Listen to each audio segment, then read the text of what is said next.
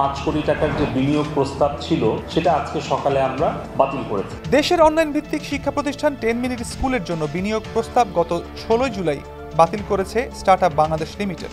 সরকারি মালিকানাধীন স্টার্টআপ বাংলাদেশের ভেরিফাইড ফেসবুক পেজে এই সংক্রান্ত ঘোষণা দেওয়া হয়। এই বিনিয়োগ প্রস্তাব বাতিল নিয়ে বেরিয়ে আসছে চাঞ্চল্যকর তথ্য।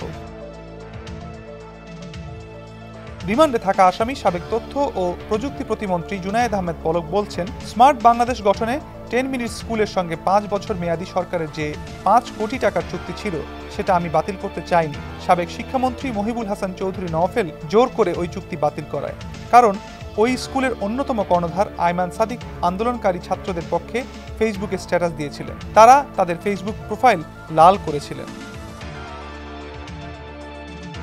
ডিবির জিজ্ঞাসাবাদে পলক বলেন, আমি প্রধানমন্ত্রীকে বাস্তবতা মেনে নেওয়ার অনুরোধ জানালেও তিনি মানতে রাজি হচ্ছিলেন না। এ সময় সংশ্লিষ্ট ডিবি কর্মকর্তা তাকে প্রশ্ন করেন, আপনি যদি সত্যিই দেশের স্থিতিশীলতা চাইতেন তাহলে দায়িত্ব থেকে পদত্যাগ করলেন না কেন? তখন পলক চুপ থাকেন।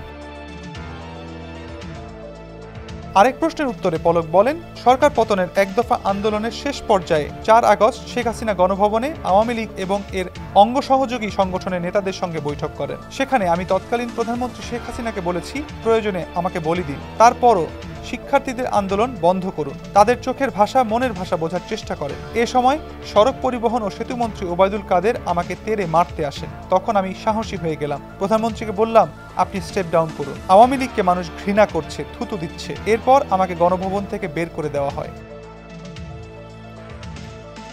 আন্দোলনের সময় গুলিবিদ্ধ হয়ে নিহত রিকশাচালক কামাল মিয়া মামলায় গ্রেপ্তার হন সাবেক তথ্য প্রযুক্তি প্রতিমন্ত্রী জুনায়েদ আহমেদ পলক, জাতীয় সংসদের সাবেক ডেপুটি স্পিকার শামসুল হক টুকু এবং ছাত্রলীগের ঢাকা বিশ্ববিদ্যালয় শাখার সাধারণ সম্পাদক তানভীর হাসান।